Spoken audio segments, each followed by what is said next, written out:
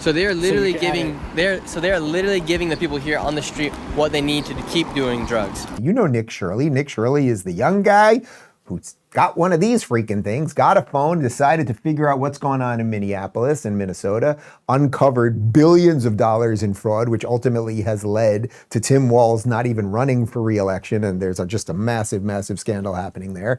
Here he went to Los Angeles, where I used to live, and checked out some of the local tourist spots. This guy is clearly, he's passed out right now. How do we know that he is still alive and that he doesn't need Narcan right now? He's breathing. You see his chest rising, and it's going up and down, and his color's good.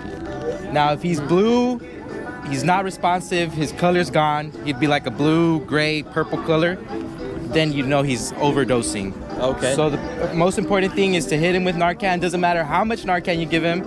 You know, if you got 3 in here, give him all 3 and rescue breaths. Okay, so what's in here? What's inside this bag? Okay, so this Narcan you inject into their nose and it brings them back to life. yes, sir, yeah. While I was talking to the guy about Narcan, my friend Tommy was also talking to another guy in the cart about some other things, and I think you guys are all going to find this very strange what he'd received from the people on the cart. We were talking to the people over there in the van, and they're giving out free stuff. They're giving out the Narcan to save people, and then they're also giving out needles.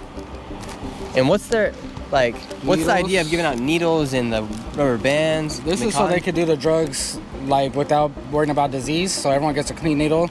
That's like, how many needles inside there? There's 27, 10 of them. There's 10 needles inside of this bag right here. You get everything, the whole kit. You get the rubber band, you get the alcohol, you get the cotton swabs, but then this is what you actually put it in here and heat this up, and then they give you filtered water. So they're literally giving the people here on the street what they need to keep doing drugs. And it's funny because if you notice, like in your hand, you have the Narcan one, right? So they're giving you the drugs, the stuff to do the drugs, right? This, glass pipes, and then they're giving you the stuff to save your life, so you don't die, and then they give it to you every day.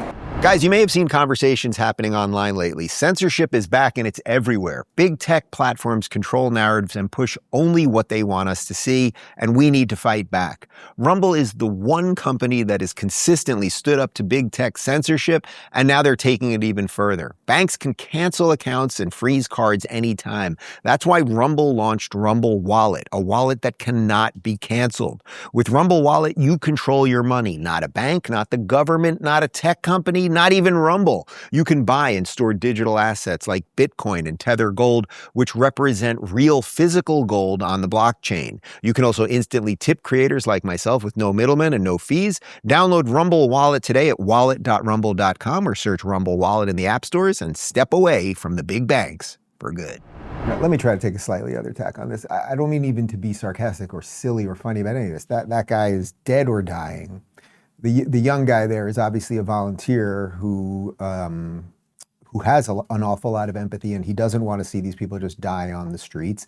So he then has to teach people how to use Narcan, which is basically, I think it's something that they basically have to like jam into their chest. Isn't Narcan what they did in Pulp Fiction to the guy? Yeah, like they jam it into their chest. It like breaks, it wakes up the entire system basically. But you can only do it a couple times, and most likely that guy will end up dead. And you can see all the other people in the background. Now, how did this happen? Again, it's suicidal empathy. It's Gavin Newsom. I mean, he doesn't even have any human empathy, but it's the notion of we will not stop anyone from doing anything ever.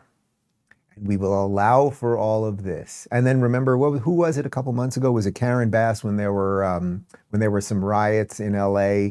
And she was asked about it. She's the mayor of Los Angeles. And she was like, well, it's just in a very controlled area, 4 blocks downtown, and a lot of people don't live there. It's like, okay, so just concede downtown Los Angeles to the crazy people. So everything that these people do, we've now illustrated it on several fronts, whether it's gender, whether it's crime, whether it's drugs, public transportation, everything they do, suicidal empathy is baked in. Because most people, the road to hell is paved with good intentions. Most of these people have good intentions, but it doesn't matter. It doesn't matter if the road is still taking you to hell.